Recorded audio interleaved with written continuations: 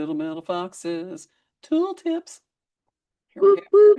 Here we go. We're going live on YouTube with our tool tips about the kiln. And if you missed it, Fox on a stick. that's right. If you missed it, Helen did an unboxing last night of her new Paragon kiln. So Which is purple. purple, look at that. It's So amazing. wonderful. It almost looks like it has a ribbon hanging next to it, like it won an award I know, right? just for being purple. Oh, It won an you mean award for the being red beautiful. thing? Yeah, Yeah.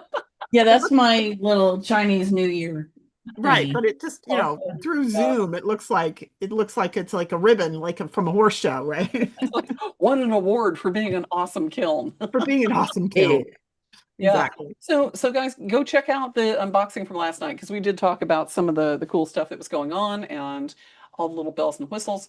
But we wanted to show you Helen's new kiln, and mine is relatively new, and they're the same kiln, and the same Sentinel programmer. So, Oh, oh my God, this is one of those tools for the studio that is super versatile. So if you're doing PMC, glass, ceramic, slumping wine bottles, which is tea something hardening, I don't ever want to do, but hey. casting. There's so many things that this kiln or any kiln really can do.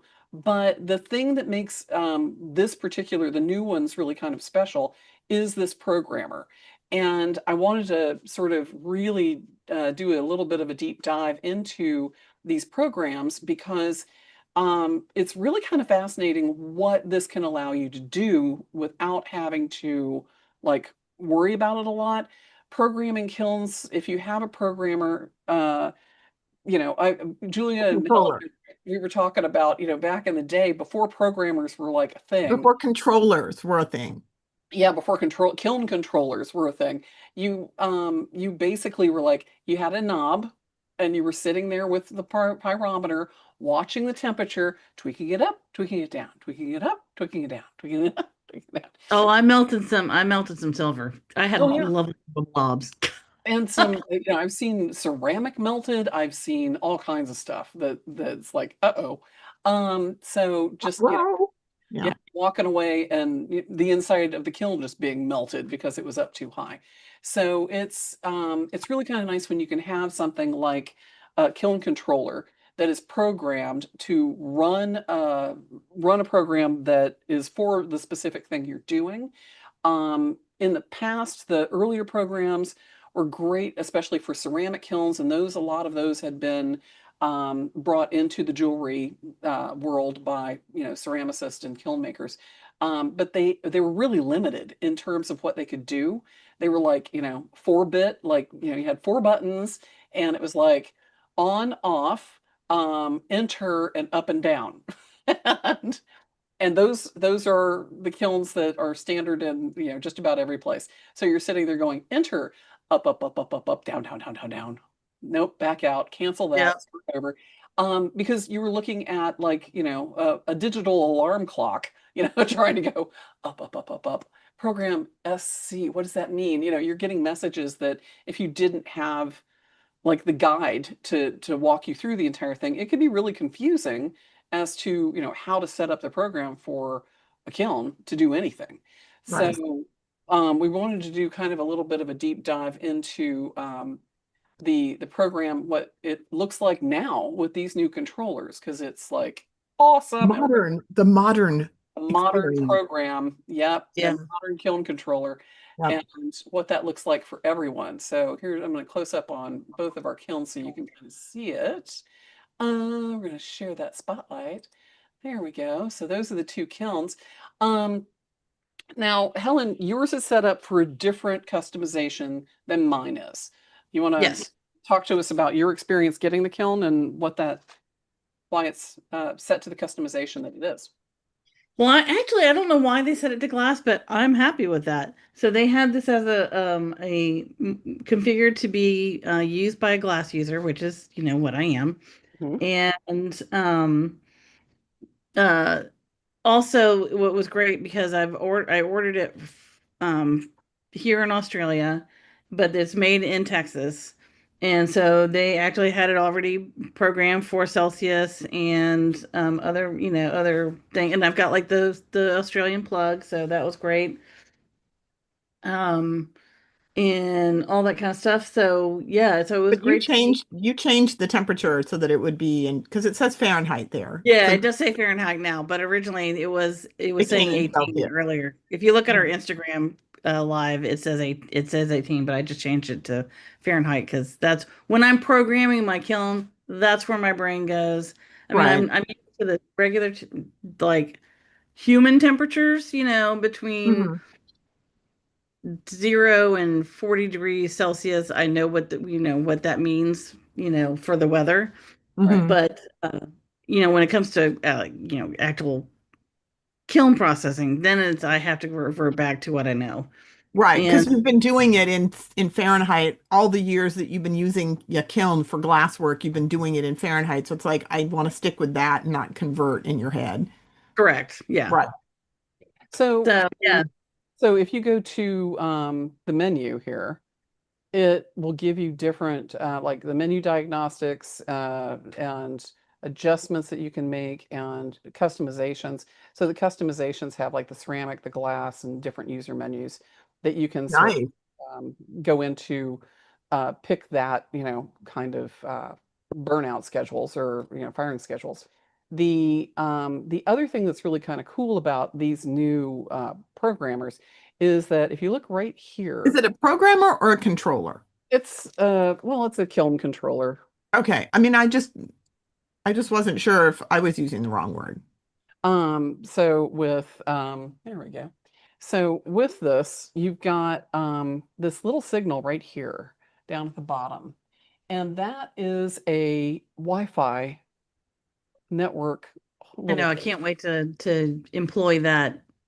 So you can do your KISS ID on your computer. You can enable the Wi-Fi. You can get your Wi-Fi set up, and this actually will allow you to connect it to your computer so that you can do things like access reports of up to the last 15 burnouts that you've done or error messages that you've done. And Hmm. you can print out a lot of information. But the benefit, the real big benefit of this is that if you have any problems with the controller and the kiln not operating properly, you can actually call them and they can sign in on Wi-Fi and check out what's going Wow. on with the controller and see if something's wrong here, or update it, change it, so they can actually sign in remotely and actually come in and fix this and do some diagnostics if they need to. That's pretty So cool. yeah, I think it was very cool when I found that out.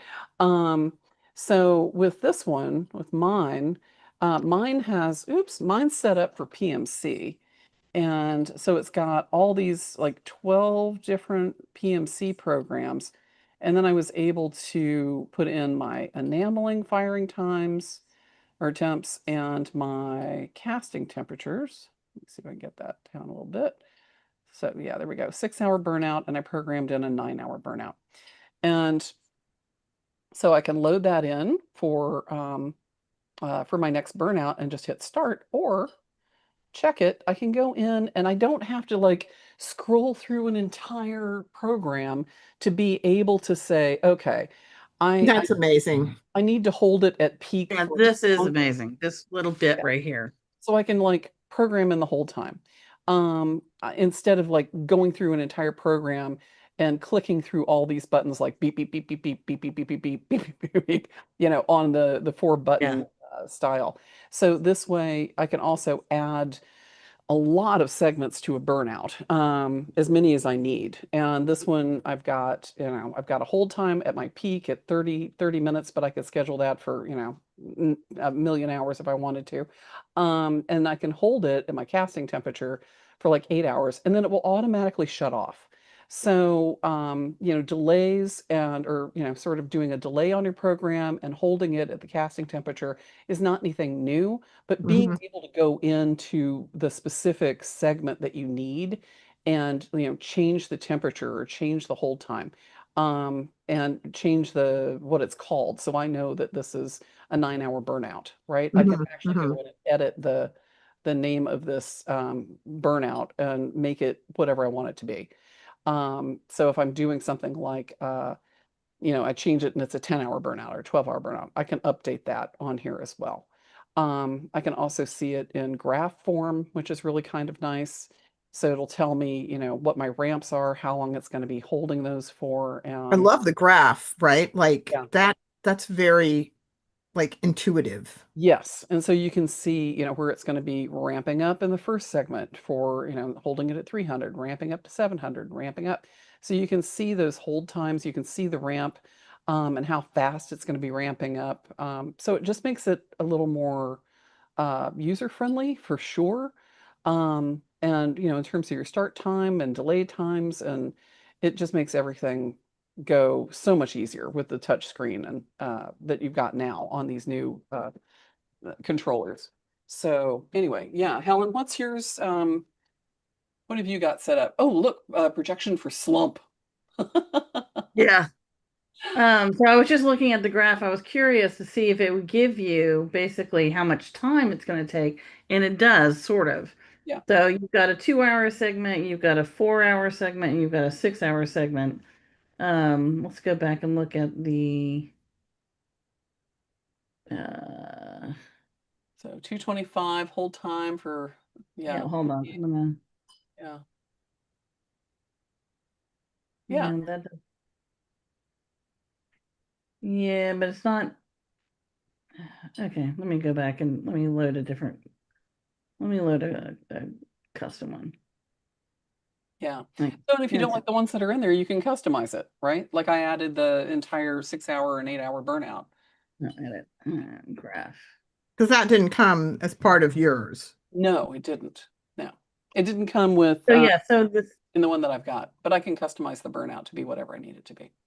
so you can see here that there's a 4-hour segment. Hmm. And there's an looks like there's an 8-hour segment, or like up to 8 hours. But that's because I've programmed it to be really slow. Hmm. Hmm. Um, Yeah. oh, So basically, you've let got your go back there a second there. There you go. So you've got the rate of temperature it's going up per hour on that, and which was 200 degrees. Let's see, there we go. Save that one. There we go. So like on ramp one or segment one, it's going to be increasing temperature by 200 degrees an hour up to 900 degrees and holding it for an hour. All right. At that temperature. yeah, And then the second one, the second segment is going to be ramping at 200 degrees an hour really slowly. So that could take not quite 6 hours, 4 hours, to go from, let's see, 900 to 2 hours. So it'll take 2 hours to get up to the 1200 degree and hold it there for yeah. 10 minutes. And then ramping up 300 degrees, which will take about an hour, less than that, to go up to 400 or 1410 and hold it there for 10 minutes. So you've got, How are you figuring out how long it's taking in the ramp? because if you're going up 200 The degrees first, an hour, yeah, the first thing is degrees per hour, Hmm. and then it's your target degree. So just divide. Oh, I see what you're doing. Right. yeah, Okay. so if it's so on ramp one, it's going up 200 degrees an hour, which is going to be more about 2.5 hours to get to 900 degrees, right? No, 200 degrees an hour to get to 900 degrees, Sorry, 4.5 hours. 4.5 hours, right. So But four and a then half it's hours. only going up another 300 degrees, so it'll only take an hour and a half on the second one to get to Right, 1200. right, And then on the third one, it's only going up 210 degrees, so it'll take less than an hour if you're doing 300 degrees in an right. hour. So with the graph, you can really see how long it's taking to get up to that first ramp. Hmm. This is all segment one. And then segment two, it's going to go like whoop up a little bit. And then the hold time's real short and then up a little bit. And then as soon as it hits that, it's going to kick off, right? Hmm. So after that, what you could do is add another segment on line four that would actually, hold it at that temperature for however long you needed to hold it. So, yeah. So if you're ramping at 99999, that means it's going to ramp up as fast as it possibly can to 900 or drop down to 900 degrees and hold it for 4 hours time, right? Yep. There you go. Yep. And so you can say, you can name that whatever you want to, like Helen's magic spheres. Yeah. It looks like you can copy it. Like you could copy it and then add a new program. Yeah. You don't Yeah. have to. You don't have to type all that in. You just copy the program and then you add a new chunk to it if you want to do something slightly different. Yeah. Okay. And like test program number 3, test program number 4. Right. So this Oh, little touchpad just, yeah. Rocking your world is what it sounds It's like a to me. revelation. Yeah, it's a revelation. I mean, Paragon's kilns have always been, good. Good And one. there are plenty of good kilns out there. Paragon's customer service and their reliability and reputation is, you know, really good. So they are wonderful people and wonderful kilns. yeah. But having them partnered with this kind of controller for the kiln is just awesome. So I highly recommend the Sentinel controllers, the touchpad controllers like this, and just, it's really intuitive and much easier to sort of literally see all in one go what you're in for, what it's going to be doing. Cool. So, yeah. There you go. What? There you go. Save that. We're going to change that, and you're going to hold that for no time. So once it drops back down to 700, it's going to just cool right off. Yeah, and then I'll do generally with glass you do on the cool down. Now I've got it set for a really long anneal time. Generally if I'm going to do this kind of glass segment, then it's going to be not really as long of an anneal time, but then I'll do another step down and then I'll let it cool to room temp. Yeah. So for step 3 there with the 9999, that's basically just telling it don't gate the cooling. Just cool it down to 900 as quickly as possible and then hold it there for 4 hours. Right. Yeah. So that means you're either, dropping it like it's basically infinity. So it's like, absolute drop or no ramp at all. It's like goes straight up to that temperature, right? Mm-hmm. So, yeah. So 999 basically means As fast as possible. As fast as possible. Right. Gotcha. Cool. Anything else you guys want to share about the coolness of the? I would just like to say that, and I'm teaching the casting for the small studio right now. There are a couple of things that I would, Look how pretty it is I inside. know, look inside. It's The cardboard probably has to go, right? Oh yeah, that's a kiln shelf, so. Whoop, leave this one. There we go. But it's how big is yours? You were talking about you wanted yours to be a little 8 wider, inches. I think. It really actually it's more about the height for me. Yeah, because you're going to be doing your glass in it, right? So yours is 8x8, the interior 8x8x8 is the interior space. It's close to it's close to 8 in the depth. It's actually 7 7/8 in the depth, but then it's 8x8. So everything else is 8. Yeah. What about yours, Jennifer? Mine is about 7.5 wide by 8 inches deep by 5 3/4 tall. Oh, then you've got an SC2, probably, I think. So yours, so Helen's is a little taller because you wanted to be Yeah. able to do your data cores in there. Is that Yeah, right? Correct. Yeah, so hers is slightly larger than mine is. So, but definitely, I mean, I can't get a 6-inch flask in mine because it would be too tall. Right. Yes. Sorry, I'm Just gonna. good to know. Because I was looking at flask, so that's very helpful. But yeah, if you know that you're going to be doing things like, Helen's core samples that are much taller, that's, make sure you're looking at the interior dimensions of the kiln so that what you want to do will fit in your kiln. Like for casting, I can't lay the flask sideways. I was just going to say, because you have to have, correct me if I'm wrong, but if you have a flask in there, are you doing the burnout in this kiln too? Yeah. Okay, so you have to be able to have the flask, but then have a gap underneath it for the wax to come out. And so you have to have more than just the 6 inches of the flask height. There has to be an inch, 2 inches of space for it to sit on so that there's a way for the wax to come out. Is that right? Yeah, exactly. Okay. Yeah.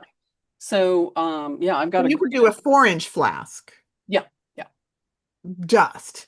yeah. I can do a 4-inch flask in there, but Okay. yeah, anything that was, because it's only 5 3/4, so that would be a 4.5-inch tall flask could be cutting it real close. So, Right.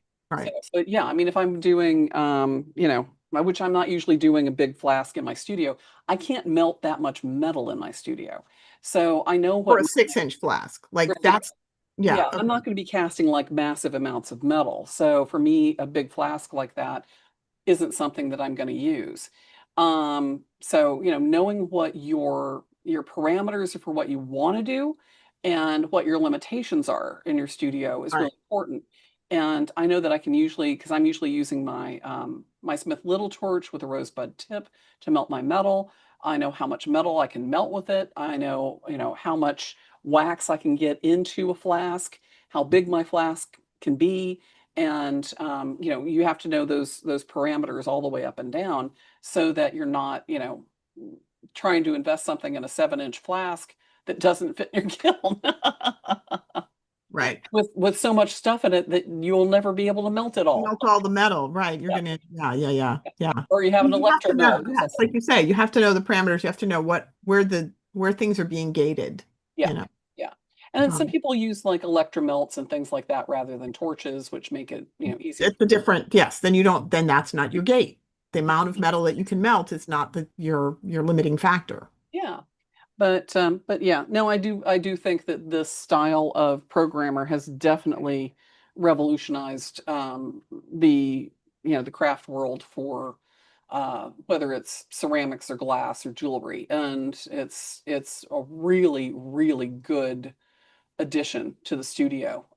It's just because I know a lot of people get like, oh my God, I don't know how to I've got to sit here and watch I my. mean, it's $1,400, right? A Mine was little under more than that. How much was yours, Helen?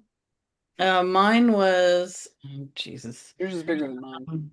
Hold on, Australian Mine was not dollars. that much because I got it with a pro account. So Mm-hmm. So I was looking at the Paragon site beforehand, and it's like, it looked to me like the kilns that were roughly the size that you guys were getting were in the 13 to yeah, 1500 range, yeah, yeah, which, is real money. You yeah. know? And I mean, the two pieces of equipment that I would spend money on something like this, besides like a torch, would be the kiln and my flex shaft. You're And I'm not not going to spending spend that much money $1,500 on. on a flex shaft, Yeah, and I'm maybe. not going to spend that much money on my torch system either. Mm-mm. So, I mean, this is one of those, investments in the studio that allows you to do a multitude of things.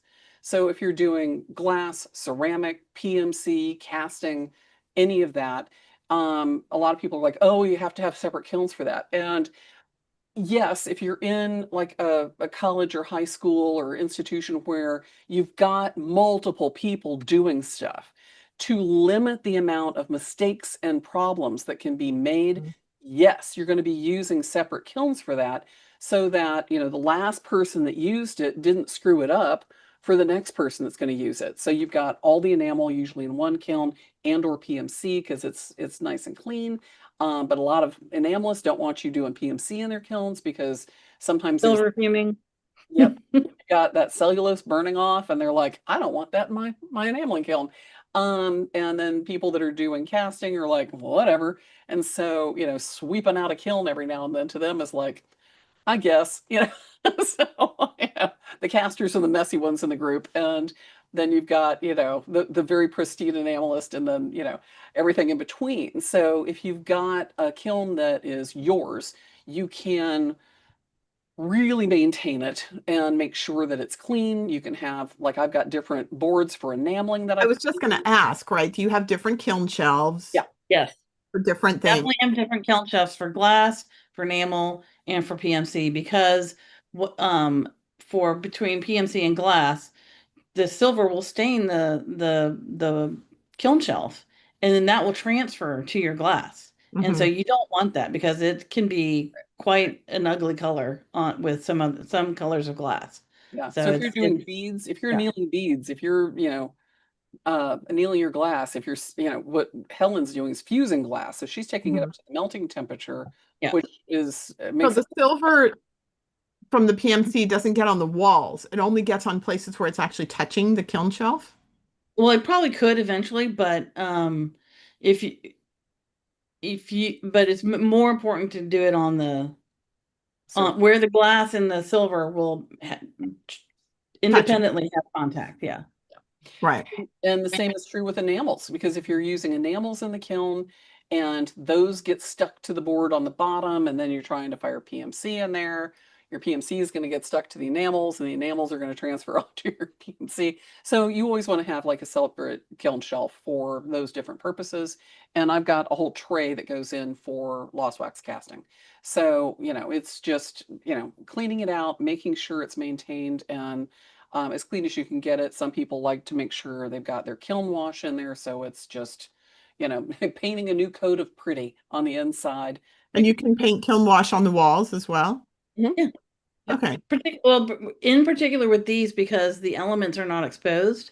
That's right. I saw on the image because the kiln I had a kiln of what briefly, and it had exposed elements, and so Yeah. you can't. You do not want to put kiln wash on your elements, period.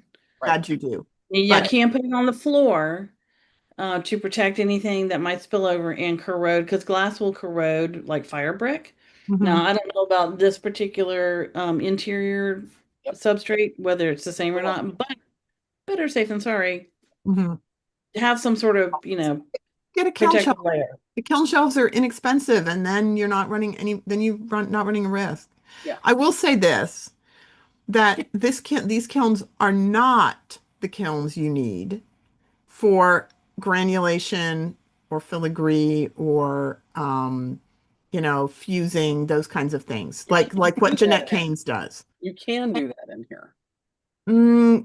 It's because of the way the door opens Oh, I see. and where the heat is, they're really not ideal for that. So if you're I see. trying to do like the ancient beads or using it as a background heat source for fusing, granulation, filigree, something like that, Can do. Kambu. This one is not ideal because the door opens towards you, and so the heat's coming out towards you. What you want in that case is something where the heat is going up, and you're able to come in from the top Yeah. to add additional heat with the torch. Some Um, people like to use the kiln because they can control the atmosphere a little bit better. mhm. And if they know that that their fuse point, it's like enamels. If they know where their fuse point is, they'll program that in. And once it hits that temperature, they'll pull it out. So some people will use it for, I would be very interested in seeing someone do that because my experience with fusing is that you kind of have to be able to see what you're doing yeah, because if the two pieces are not touching perfectly, they'll fuse apart, as Jeanette Keynes says, as opposed to fuse together, yeah. right? When you have an eye on it, it's like torch firing enamels. You can torch fire enamels and you can see the process that the glass is Mhm. going through. Same sort of situation. There's a lot of like kiln soldering. People will actually take their like, pre-solder their or use solder paste and set everything up, stick it in the oven, and it takes it up to the flow point of the solder, and then they can take everything out. So as a production situation, some people will use it for that because they can really control the entire temperature of the kiln. So Mhm. everything's at the temperature that it needs to be at. And it's really fine tuning and really like, the other thing you can actually do with these is, heat harden your silver and your Mhm. gold. So if you've got, if you want to not, Argentium too, I think. Can't you heat harden argentium? yes, yes, absolutely. So you can heat harden your metals using a kiln rather than twisting and hammering your metal. So some people Mhm. really hate like having to hammer their earring wires because it flattens them out and doesn't look great afterwards. It's not what they want. And instead they'll go, okay, well, I'll use like, pre-hardened silver and then trying to muscle that around, but you can actually use the kiln to heat harden the metal at like 572 for an hour, and then take it out, pickle it, tumble it, and it's great. It looks great. And you can heat harden in a regular oven, but it's a whole lot easier to heat harden in something like this, where it's like you program it, boop, boop, boop, and then you do the thing, and you don't have to, worry about, hey, I need the oven for the dinner. Yeah. But yeah, I Or mean, try to take your oven up to 572 degrees. So, or 610, I think it is for gold. So it's kind of like, yeah, you can heat harden silver at like 450. So, 572 is the number. But it depends on which Anyway. program you're using. Depends on which program you're using. But yeah, you can do 572 for an hour and that will heat harden your silver. So yeah. Well, Helen, thank you so much for sharing your new kiln with us. Yay! Yay. And letting us talk about some programming and options for kilns in the studio. I know. All right. And everybody, it's very exciting. Yes. Check out all the classes coming up on Little Metal Foxes and check out all of our other YouTube tips and tricks for your studio. Make sure you hit the like button, and follow us so you know when we're live. Do we have anybody out in the peanut gallery that was joining us live? No, yes, we have watchers, but with no questions. So okay. Well, if anybody has a question, drop it in the comments below. If there's something you'd like to see as a tooltip, we're happy to hear from you. Or if you're using your kiln for something that's a little bit different, or your kiln experiences, let us know. We like to share that information with the other viewers. So thanks so much, and we'll see you next week for Tooltip Tuesday. Woo!